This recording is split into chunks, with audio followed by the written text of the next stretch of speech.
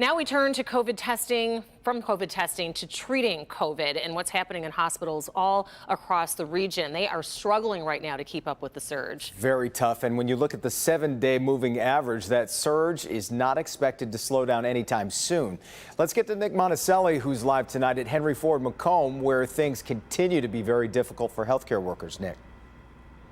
It is a struggle, Jason. When you talk to the doctors and nurses that are working inside of these hospitals, all of them tell me that it is just difficult and heartbreaking to watch patients line up trying to get taken care of, and some waiting to get into the ICUs, and they say it is only going to get worse.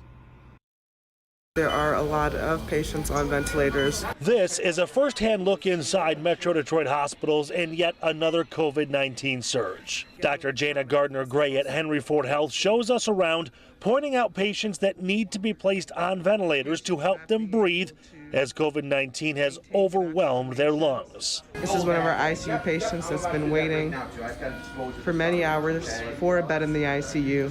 And full is an understatement. Maxed out is more accurate. Henry Ford Health says as of this morning, it had about 390 COVID patients, and they expect those numbers to go up in January. In terms of testing, Henry Ford said on December 20th, 24% of tests came back positive.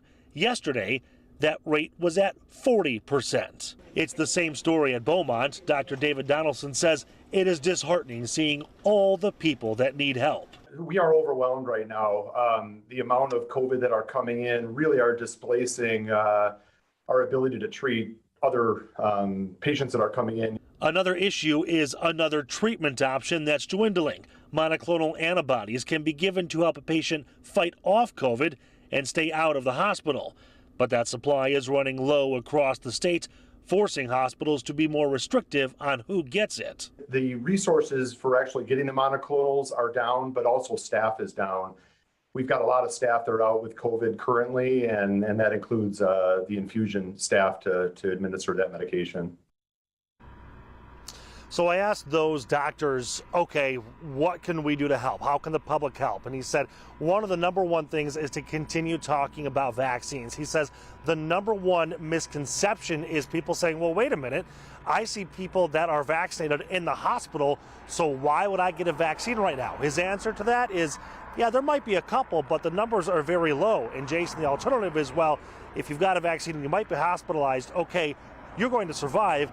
The other ones that are unvaccinated, there's a much higher chance of them dying. Exactly. And the other point you make when it comes to the public helping, I'm wondering what they're saying about, say you need to go to the ER or the hospital at the very least, and you don't have COVID, but you're not sure what you have. Are they asking you to maybe think about that for a minute? Well, what they're saying is if it's an absolute emergency, yes, come into the ER, they'll take care of you, they'll get to you eventually, but there is going to be a longer wait. Right. But if it's not an absolute emergency, if you can talk to your primary care doctor, if you can do a virtual visit, please do that instead. Yeah, exhaust those options first. Nick, thanks.